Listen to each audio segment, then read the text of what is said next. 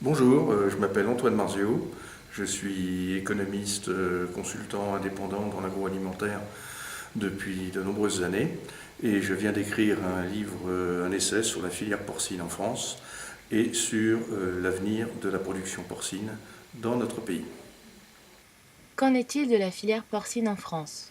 Il y a en fait deux sujets qui sont assez proches. Le premier sujet, c'est la filière porcine industrielle française, la filière conventionnelle, qui représente quand même 95%, si ce n'est plus, de la production porcine française, et disons aussi européenne, allemande, espagnole, etc. Et même canadienne et américaine et maintenant brésilienne. Tout cela élève industriellement les mêmes cochons. Le premier problème, donc, ou le premier sujet, ça concerne cette filière en France qui repose sur un nombre relativement important d'élevages de structures familiales, qui sont à la fois naisseurs et engraisseurs, c'est-à-dire qu'ils ont détruit, ils font naître les cochons, et puis ils engraissent les cochons derrière. Or, l'évolution de la productivité se fait surtout à grand renfort d'investissement et d'agrandissement des élevages. Et sur ce plan-là, nos concurrents principaux, que sont les Hollandais, les Danois, mais aussi les Espagnols et les Allemands, avec des nuances assez importantes, mais enfin, globalement, vont vers des élevages de plus en plus importants et en séparant le métier de naisseur du métier d'engraisseur. Et de fait, la filière française commence à souffrir d'un manque de compétitivité. Quels sont les problèmes auxquels les éleveurs doivent faire face ? L'un des autres problèmes est aussi que la production porcine travaille entre deux marchés très très globalisés et sur lesquels il y a très peu de façons d'intervenir. L'un, c'est le marché de l'aliment. Bon, les cochons, ça consomme des céréales et des protéagineux ou des sous-produits céréaliers et protéagineux. Et les éleveurs achètent en fait ces produits, ces aliments sur le marché mondial ou au cours du marché mondial. Le deuxième marché, c'est en France le marché du porc breton, qui suit en gros les marchés du porc des autres pays avec un petit peu de délai ou de différence, mais très peu en fait sur le court terme.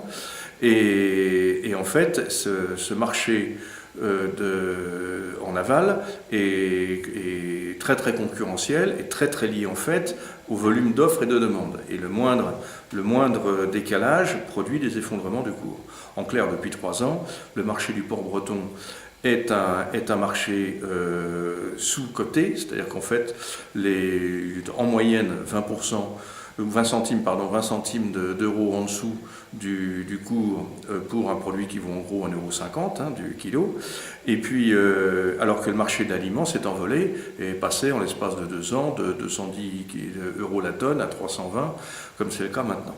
Et c'est une des raisons pour lesquelles les éleveurs bretons actuellement n'ont pas de rentabilité et même sont globalement déficitaires, sachant aussi que ce ne sont pas les seuls, puisque les Danois ou les Espagnols sont aussi logés à la même enseigne. Mais eux ont des gains de productivité que probablement les Bretons n'ont pas. Quelles sont les possibilités de pratiques alternatives qui permettraient aux éleveurs de s'en sortir ? Le principal problème au niveau commercial du porc, c'est que tous les porcs sont pareils.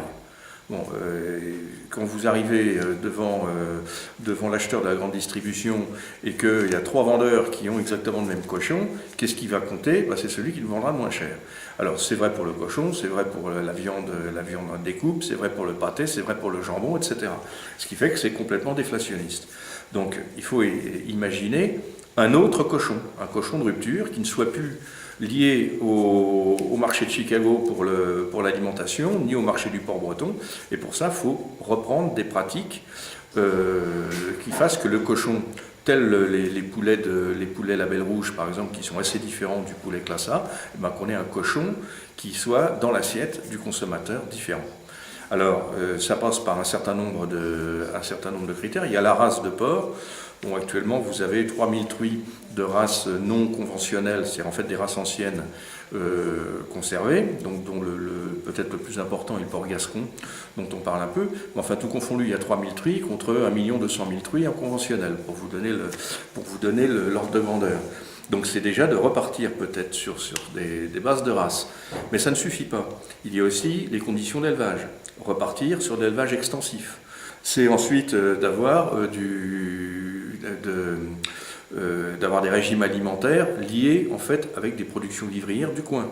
On n'est pas obligé de donner du maïs à tout le monde. On en donne en Bresse parce qu'il y a du maïs peut-être, mais on peut aussi nourrir le porc avec de l'orge, du blé, des drèches de colza, etc., suivant ce qu'on a dans le coin.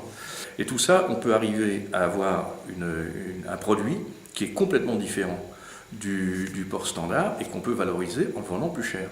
Il y a des consommateurs qui sont prêts à y mettre plus cher, d'autant plus que dans ces cas-là, on peut aussi leur avancer que le bien-être animal est respecté, qu'on ne passe pas notre temps à bourrer les porcs d'antibiotiques ou d'antidépresseurs, ni de leur couper la queue, ni les dents, etc. Donc tout ça, ça fait partie du marketing mix. Et il y a une clientèle pour ça. C'est pas la peine de reprocher à la grande distribution de faire baisser les prix à chaque coup, ce qui est vrai, de reste, les pratiques de la grande distribution, elles existent. Mais elles sont d'autant plus fortes que tout le monde fait la même chose. Voilà.